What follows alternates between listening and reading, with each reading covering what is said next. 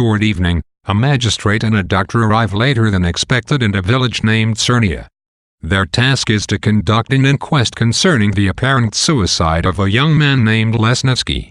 They are met by an old constable who takes them to view the corpse in an old Zemstvohada district council building.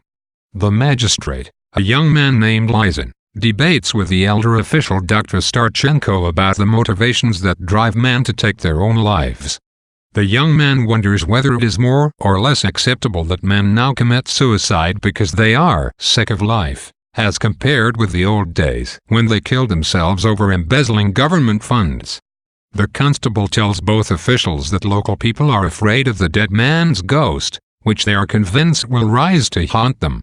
Instead of spending the night in the hut, Dr. Starchenko leaves to stay with a friend who lives nearby.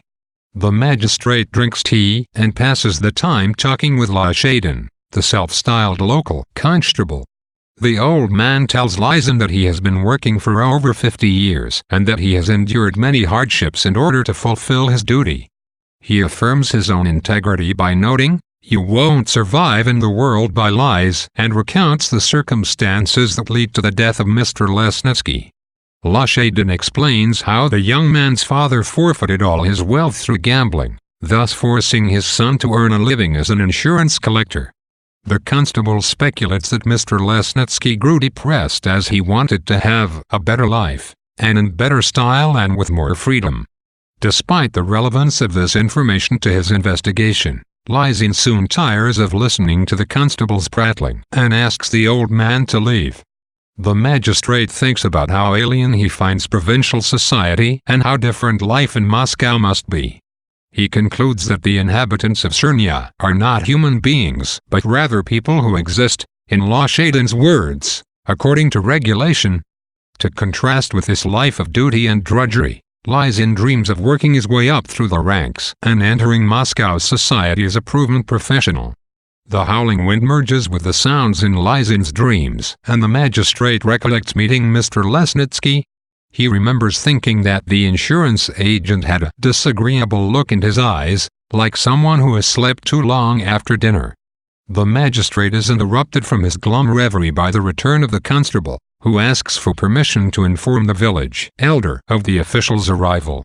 Lizin is irritated by this intrusion, but after he hears the witnesses out in the hallway, he calms himself with the thought that they will make an early start on the inquest in the morning. Before long, the doctor storms in and wakes the magistrate from his heavy sleep. Starchenko informs Lizin that they are both going to stay with his friend von Tuinitz. The men drive away from the village on a sledge and, after running off the path several times, finally make it to the welcoming comfort of the von Tuinitz residence. Lizin passes a pleasant evening with his host's family, but is soon troubled by thoughts that in this province everything is intelligible and that this was not life, but bits of life, fragments.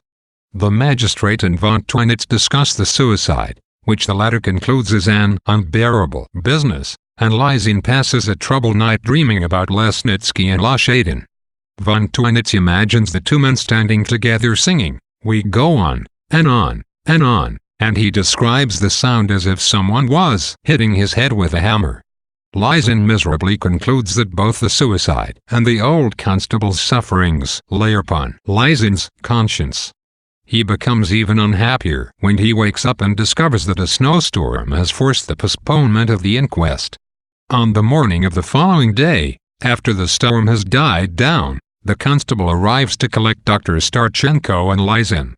The footman is contemptuous of the old policeman, but Lashadin ignores his insults and appeals to Your Honor, the magistrate, to come and conduct the inquest.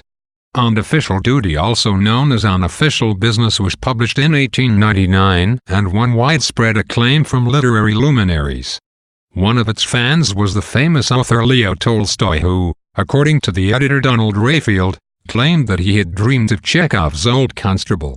Clearly, On Official Duty's themes of death and class distinction appeal to the sensibilities of many intellectuals in Imperial Russia and perhaps struck a chord with these scholars' perceptions of social inequality.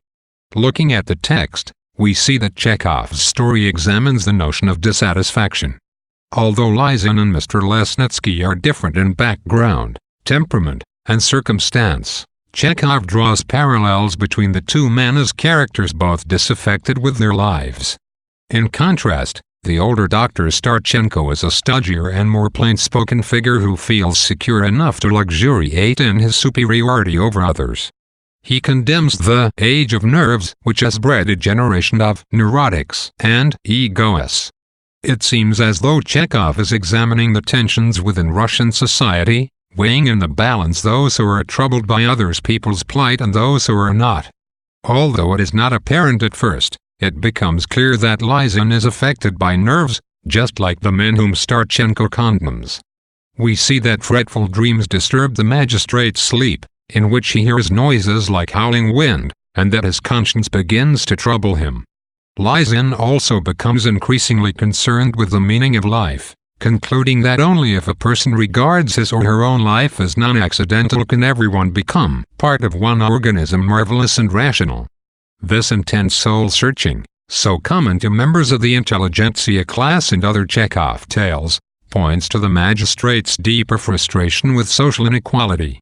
We need only contrast Lysen with the constable, who receives a measure of satisfaction from his career and is gratified that he is fulfilling his duty, to see how unhappy and insecure the young man has become.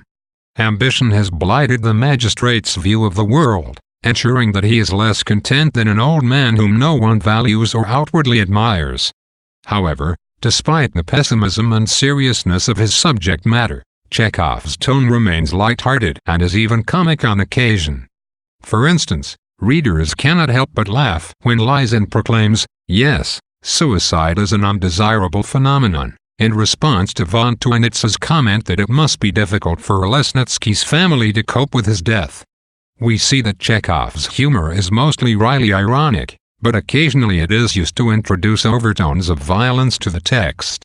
A clear example is Starchenko's malicious comment that he would deprive neurotics of the right and possibility of breeding more of their kind.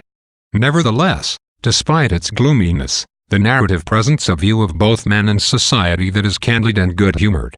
As always, Chekhov exercises his flair for language, as displayed in his wonderful description of the landscape after the snowstorm has passed when it was dull and still, as though nature now were ashamed of its orgy, of its mad nights, and the freedom it had given to its passions.